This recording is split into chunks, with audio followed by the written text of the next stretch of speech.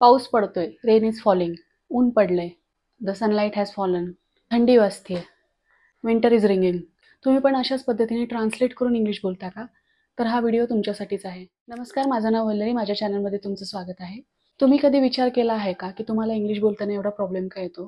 तर पहिला main problem हा असतो की तुम्ही मराठी इंग्लिशमध्ये ट्रान्सलेट करून बोलायला जातात, त्यामुळे तुम्हाला इंग्लिश बोलताना प्रॉब्लेम होतो. जर तुम्हाला फ्लुएंटली इंग्लिश बोलायचं आहे तर फर्स्ट ऑफ ऑल तुम्हाला मराठी इंग्लिशमध्ये ट्रान्सलेट करून बोलायचं बंद करायला लागेल. तुम्हाला पहिल्यांदा तर इंग्लिशमध्ये विचार करायला सुरुवात करायला लागेल. इंग्लिशमध्ये विचार करायला लागायचं म्हणजे नक्की करायचं तरी काय? इंग्लिशमध्ये विचार जर तुम्हाला करायला सुरुवात करायची असेल तर फर्स्ट ऑफ ऑल तुमचे इंग्लिशमधलं ग्रामर तुमचं पक्का असायला पाहिजे. आता इंग्लिशमध्ये विचार करायला सकाळपासूनच सुरुवात कशी करायची? तुम्ही सकाळी उठल्यावर सकाळीच तुम्ही विचार करा. आता तुम्हाला कुठली कृती करायची तर तुम्ही सकाळी उठल्यापासून तुमचा स्वतःचा इंग्लिशमधूनच विचार करायला सुरुवात करा की तुम्ही म्हणजे कोण? की I am going to do something. म्हणजे I am going to brush my teeth. मग ब्रश करताना विचार करा की I am brushing my teeth. मग त्याच्यानंतर I am washing my face. म्हणजे जसं तुम्ही कृती करत जाताल तसं तुम्ही स्वतःबद्दल ते जसं तुमच्या बोलण्यामध्ये विचार करण्यामध्ये येईल तसं तुमच्या इंग्लिश डोक्यामध्ये घोळायला लागेल आणि तुम्ही इंग्लिशमध्ये विचार करायला हळूहळू सुरुवात कराल.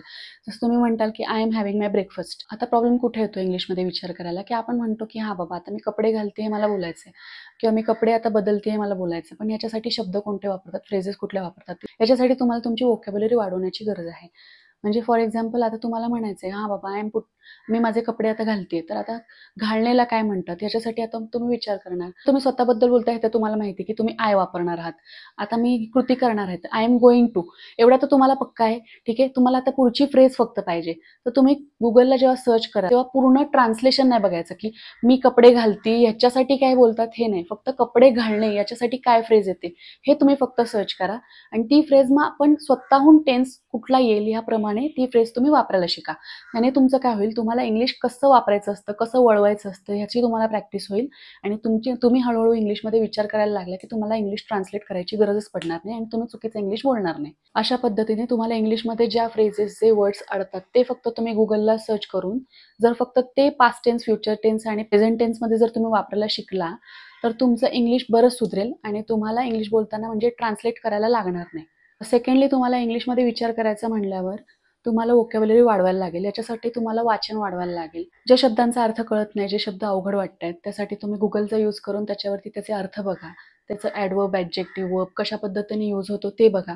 पक्कं म्हणजे तुम्ही नुसतं घोकमपट्टी केली आणि तुम्हाला ग्रामर जमलं असं होणार नाही.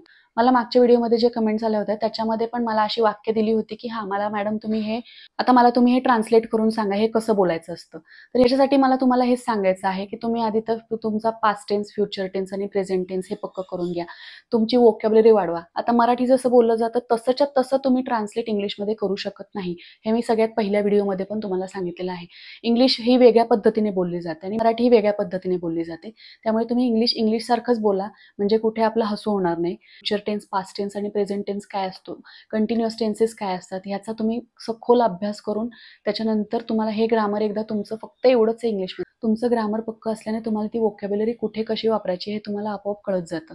त्यामुळे तुम्ही फक्त तुमचं एक बेस तुमचा पक्का करा. माझी तुम्हाला एकच रिक्वेस्ट आहे की तुम्ही इंग्लिश बोलताना प्लीज मराठीमधून वाक्य जसंच्या तसं ट्रान्सलेट करायला जाऊ नका. ते तुम्हाला खूप अवघड पडतं. त्यामुळे तुम्ही इंग्लिशमध्ये विचार करायला शिका. मी जसं तुम्हाला ह्या टिप्स सांगितल्या आहेत त्या तुम्ही फॉलो केल्या तर तुम्हाला खूप सोपं जाईल आणि तुमचं इंग्लिश बरंच सुधरेल.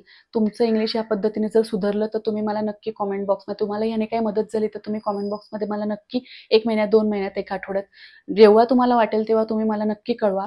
आणि तुम्हाला जर अशा फनी फ्रेजेस माहिती असतील, फनी वाक्य माहिती असतील की मराठीमधून इंग्लिशमध्ये ट्रान्सलेट करताना खूप फनी होतं, ते मला कॉमेंट बॉक्समध्ये तुम्ही ते पण लिहून नक्की पाठवा. व्हिडिओ जर आवडला असेल तर लाईक, शेअर आणि सबस्क्राईब करायला विसरू नका. व्हिडिओ पूर्ण बघितल्याबद्दल धन्यवाद.